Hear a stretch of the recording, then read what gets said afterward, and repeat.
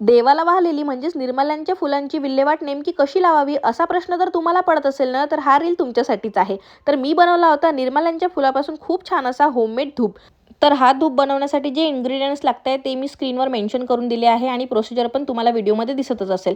फुलं छानपैकी सुकलेली असावी, त्याच्या पाकळ्या करून घ्यायच्या आणि त्याच्यामध्ये बाकी दिसले आहे ते सगळं सामान ॲड करून हे सगळं मिक्सरला छानपैकी फिरवून घ्यायचं. आता मिक्सरला फिरवून झाल्यानंतर ज्या नारळाच्या दशा असतात त्या काही ना काही प्रमाणात राहून जातात, म्हणून ह्या चांगला गाळून घ्यायचं, जेणेकरून दशा कमी प्रमाणात राहतील. त्या थोड्याफार राहतातच. आणि मग छानपैकी गुलाबजल आणि तुपाच्या मदतीने हे सगळं भिजवून घ्यायचं.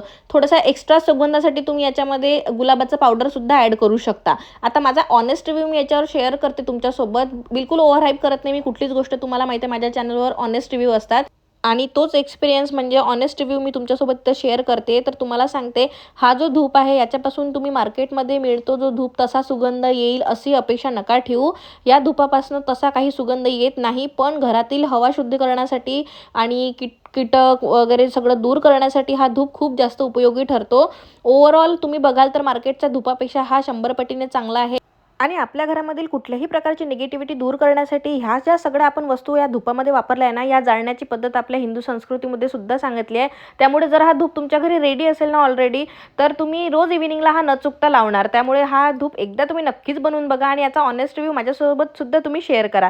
आणि हो, धुपाला 2 दिवस कडकडीत उन्हामध्ये सुकू द्या बरं का, नाहीतर तो जळणार नाही. मग हे सगळं झाल्यानंतर ना मी बसून मस्त कोडं वगैरे सॉल्व केलं.